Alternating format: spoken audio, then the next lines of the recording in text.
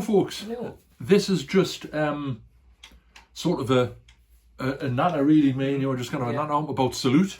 Monday night, we're obviously down London over the weekend. What a good Friday, didn't we? Did a bit of a pub crawl. That was quite nice. Nice Friday. And Eat a bit too much though. We had some food where we're probably overindulged a little bit. Never mind. So this Salute. First thing I'd say is I've been going to Salute since the mid-90s, and that was probably one of the best ones I've been to. Really, really good to see that many people. I think you looked at the door count, Alex, or it was over 7,000. Yeah, when I was on Facebook that night, there's a post from the Warlords. From the Warlords saying they've had over 7,000 people through the doors. That's really good news for the hobby and obviously the community as well. I think it's really it was excellent. Really well organised.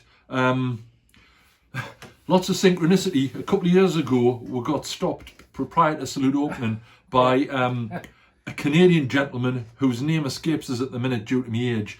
We had a really good night at home. He was very complimentary about the channel. And then last year, he'd messaged us and said he'd managed to get a trip over again, and would meet up. So we met up at the show. I had his number.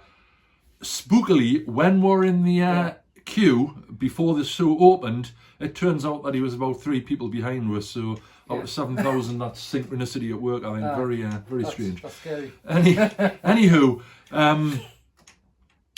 highlight of the show, quite difficult for me, and I'm sure Alex would agree. It was Battleground HD.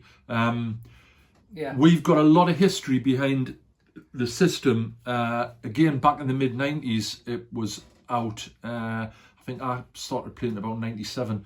Battleground World War II. Brilliant system. World War II skirmish system, about platoon level, vehicles, as detailed as you want it to be. Loved the system, always went on to other stuff, but always went back to it. So Battleground HD is sort of the son of that. At the moment, there's basically a core rule book, and he's done basically the Cold War and a really nice MacV SOG supplement for Vietnam. Tied up with them are Flank March Miniatures, Stefan from Flank March Miniatures, and they put I think 3 or 4 games on using obviously the Flank March Cold War Brits and also the Bob Mac 3D vehicles. And again, I had a look at those Bob Mac vehicles in the resin, and they're absolutely superb, like really good. So pairing them with Stefan's figures, it works really well. So to cut the chase, the game, if you've played Battleground World War II, you would easily adapt to the new system. The really nice thing that I liked about it, in the original system, you basically had to roll to hit, adding factors, and you had to roll to see what the result was, adding factors. Wasn't complicated, but it was sometimes a little bit time consuming. So they've replaced that with this sort of dice system, which does the whole thing at once, and it works really well.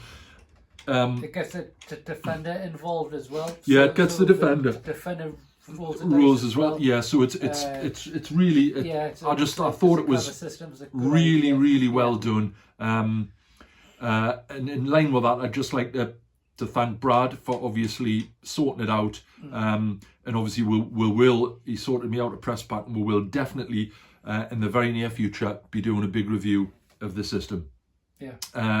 Obviously thanks to Stefan from Flank March. I had a nice chat to Simon from Full Metal Miniatures, who was basically virtually on the same table, and he does the Flank March stuff in metal.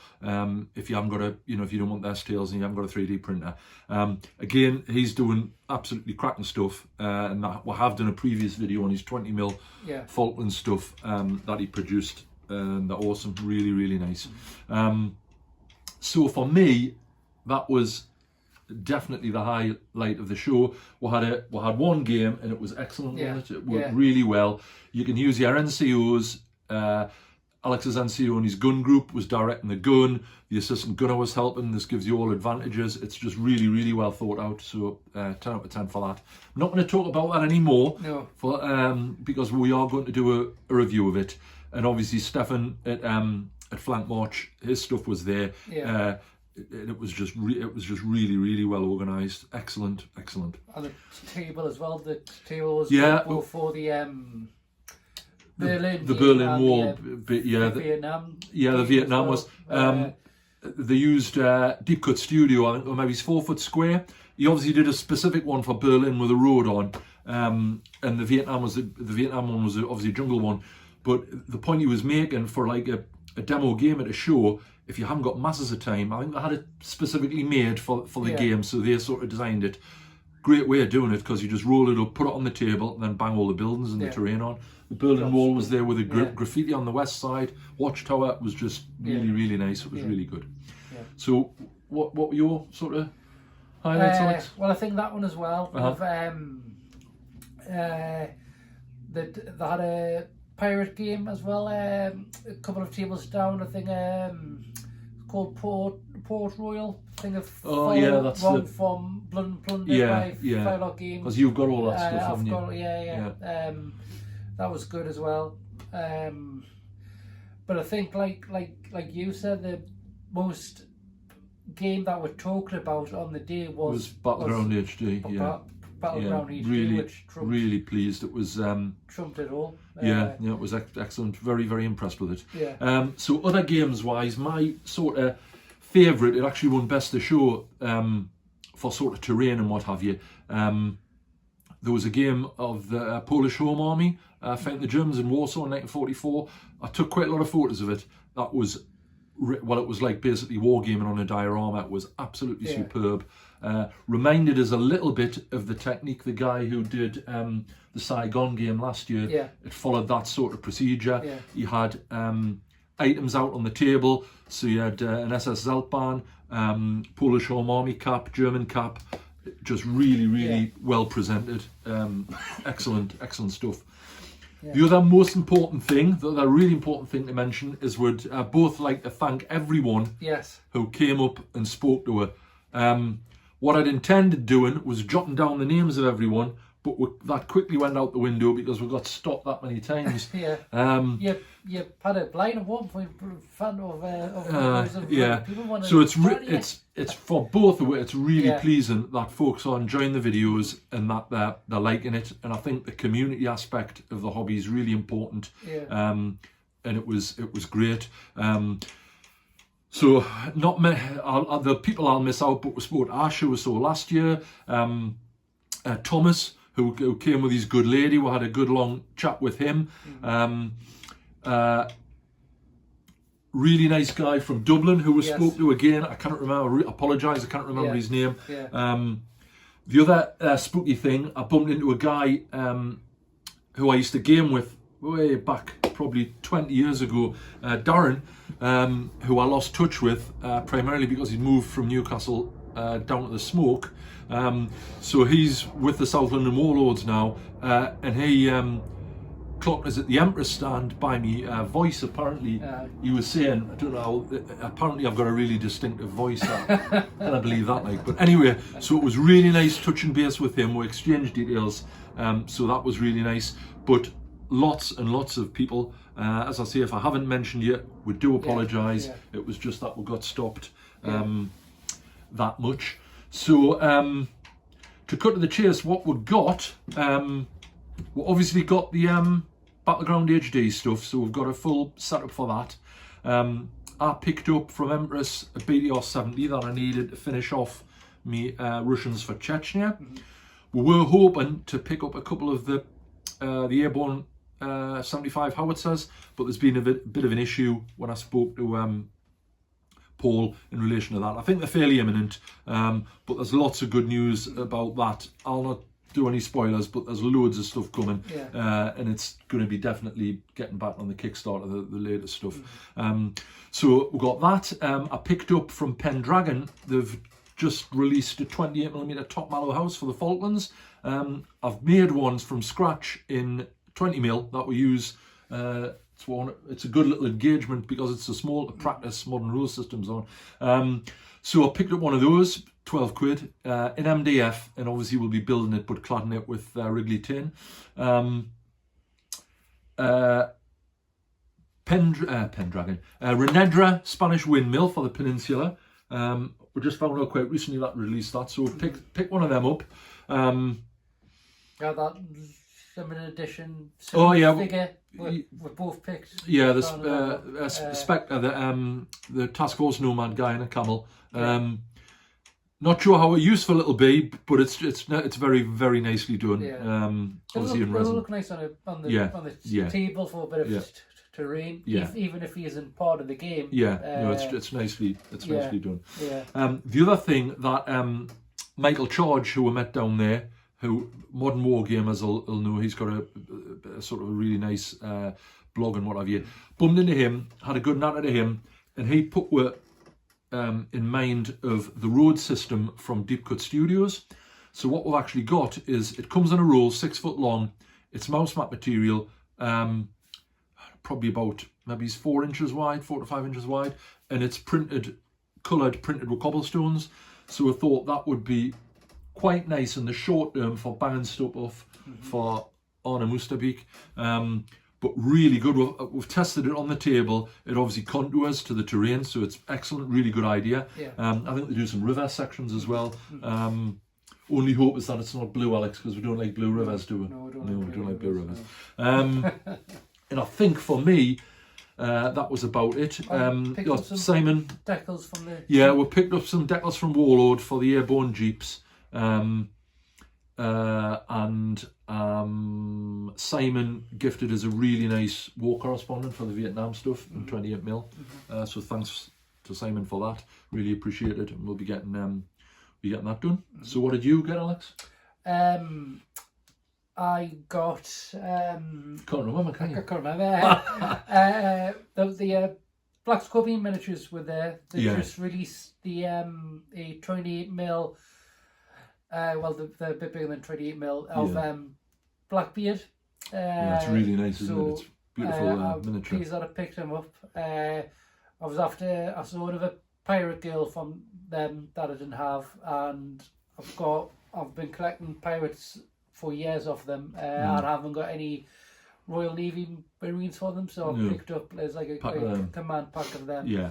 I also got a cobble road. Yeah, so we've effectively got 12 foot of the road. I picked up the Spectre.